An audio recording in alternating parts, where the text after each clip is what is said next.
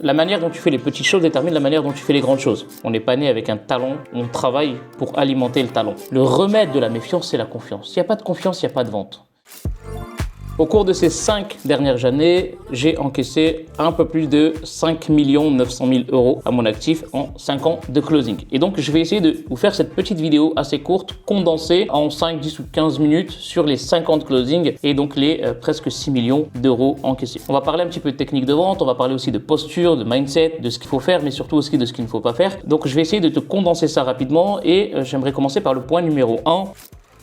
C'est déjà d'y croire. Je ne vais pas te faire un cours de développement personnel, je ne suis pas calé là-dessus. Par contre, si tu te mets dans une activité de closing pour performer et que dès les 2 ou 3 premiers mois, tu te dis « Waouh, c'est dur, je vais lâcher l'affaire », la manière dont tu fais les petites choses détermine la manière dont tu fais les grandes choses. Donc, c'est-à-dire que si tu as l'habitude de lâcher l'affaire dans la vie, tu es sûr ou certain que dans n'importe quelle chose que tu vas faire, tu vas lâcher l'affaire. Autrement dit, conditionne ton cerveau à le travail surpasse le talent. On n'est pas né avec un talent, on travaille pour alimenter le talent. Donc, c'est le travail qui va payer et donc autrement dit, il faut y croire. Avec du travail, il n'y a pas de raison que ça n'aboutisse pas. Je pars souvent du principe que entre toi aujourd'hui et la personne qui a les résultats que tu veux, c'est juste une question d'ignorance. Ignorance de quoi? Ignorance de comment lui il a fait, qu'est-ce qu'il a fait, pourquoi il a fait, comment il a fait. Et tu peux tout simplement apprendre tout ça. Si lui il a fait, tu peux le faire. On est tous des êtres humains. On a 2 yeux, 2 oreilles, une bouche, un nez. On mange, on boit, on dort, on va faire nos besoins. On est tous des êtres humains. Donc si cette personne l'a fait, toi aussi tu peux le faire. Donc d'y croire.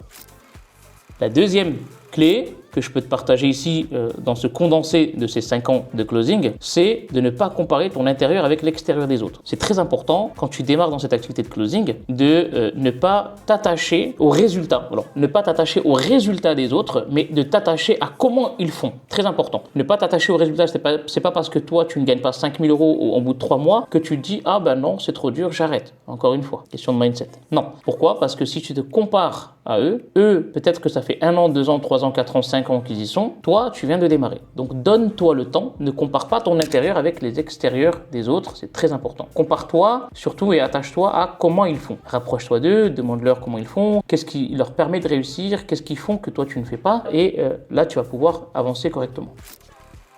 La troisième clé, c'est l'énergie bat la stratégie. Alors ça veut dire quoi? Ça veut dire qu'aujourd'hui, beaucoup de formations de closing vous apprennent à vous tenir à un script, à une trame, à la respecter, surtout un script parce qu'une trame c'est ok, mais un script rigide. Et je sais que vous êtes nombreux à me regarder ici à travers cette chaîne parce que je reçois pas mal de messages aussi où vous me dites j'en ai marre de suivre mon script, il est trop dur, trop rigide, trop robotisant et donc du coup ça crée pas de connexion humaine. Et sachez une chose, c'est qu'on est sur l'ère de la méfiance aujourd'hui. Et aujourd'hui, dans cette ère de la méfiance, ou depuis 2019, depuis 2020, depuis Covid, il y a tellement de personnes qui proposent leurs services sur les réseaux sociaux, tellement de personnes qui font des appels de closing, eh bien, les gens savent ce que c'est que le closing. Ils vous voient y arriver, ils le sentent. Et donc, quand il n'y a pas de connexion humaine parce que vous êtes rigide dans votre script, vous ne créez pas de confiance, sachez que le remède de la méfiance, c'est la confiance. S'il n'y a pas de confiance, il n'y a pas de vente. Autrement dit, les scripts sont à bannir. En quelque sorte, déchire-le, jette-le à la poubelle et trouve ta propre trame et mets de l'humain à l'intérieur. Donc, quand je dis que l'énergie bat la stratégie en suivant un script, c'est pas ce qu'il faut. La stratégie en se robotisant pour traiter les objections, c'est pas ce qu'il faut. L'énergie, c'est à toi de trouver ton équilibre. C'est quoi ton équilibre? C'est quelle est ta manière d'être, quel est ton savoir-être et de le développer en termes de patience, en termes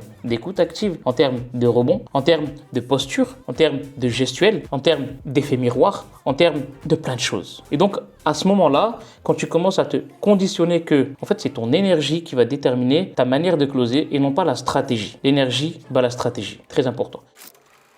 Le point 4, c'est d'avoir toujours soif d'apprendre. On est sur un métier de closer qui est un métier, une activité. C'est une activité entrepreneuriale. C'est une activité entrepreneuriale qui nécessite de développer plusieurs compétences. Voilà, retiens ce que j'ai dit. Le closing, c'est pas une compétence. Le closing, c'est une activité qui nécessite plusieurs compétences. Et donc, parmi ces compétences, on t'a effectivement parlé d'écoute active, on t'a parlé de rebond, de l'art du questionnement. Ça, c'est des compétences. Et parmi les compétences les plus importantes, c'est la compréhension comprend du fonctionnement du cerveau de l'être humain, comment il prend ses décisions. Et donc pour ça, il y a la quatrième clé, c'est de comprendre les émotions des humains. Et il y a généralement 11 émotions, il y en a qui disent qu'il y en a 7. Bref, c'est vraiment de comprendre en fait c'est quoi ces émotions et comment tu peux les capter. Et ça, c'est un art, c'est une profondeur. Donc l'une des compétences de cette activité de closing qu'on doit développer, c'est la compétence compréhension des émotions de l'être humain pour pouvoir en fait faire découvrir, faire sortir plutôt les ressources internes de ce prospect-là quand il est en colère pour aller vers la fierté, quand il est dans le dégoût pour aller vers la fierté, quand il est dans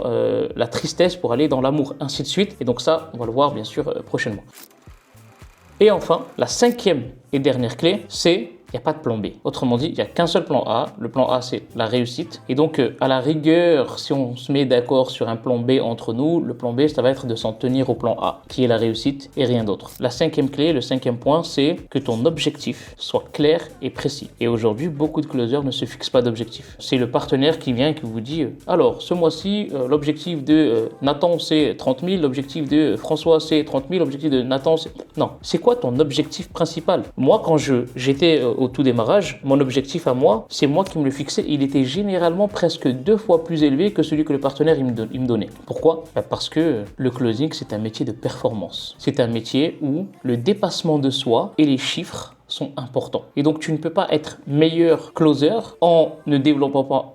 Tu ne peux pas être un meilleur closer si tu ne développes pas la qualité humaine, donc le savoir-être, donc être un meilleur humain pour être un meilleur closer. Mais tu ne deviens pas un meilleur closer si tu ne te fixes pas des objectifs qui sont élevés pour augmenter tes standards et aller dans la performance. Un closer, c'est un performeur. Un closer, c'est pas celui qui veut juste avoir la tranquillité pour gagner 2000 € par mois et pouvoir avoir du temps libre pour aller faire du vélo ou cabrer sur une roue. Pourquoi? Parce que en fait, le métier et la définition du closing, c'est de développer le chiffre d'affaires d'une entreprise. Et ton partenaire veut que tu performes pour faire plus de chiffre d'affaires qui va lui amener plus de clients et à toi plus de commissions. Entre parenthèses, jamais au détriment de ta santé et de ta famille, bien sûr. Mais le métier reste un métier de performance. Et dans cette cinquième clé, quand tu te fixes des objectifs, c'est des objectifs où tu vas élever tes standards, sortir un peu plus de ta zone de confort, rentrer aussi dans l'inconfort, d'aller te découvrir toi-même, d'aller apprendre des choses sur toi, d'aller travailler sur des choses dont tu n'as pas l'habitude, comme le cerveau de l'être humain, comme la neuroscience, des choses importantes qui peuvent te servir dans ton métier. Et donc, sois dans l'évolution constante en te fixant des objectifs élevés. Garde en tête que le métier, c'est un métier de performance. 1. Mindset. Crois en toi. 2. Ne te compare pas en termes de résultats, mais compare-toi en termes d'action. 3. L'énergie bat la stratégie. 4. Il n'y a pas de plan B, il n'y a qu'un seul plan A.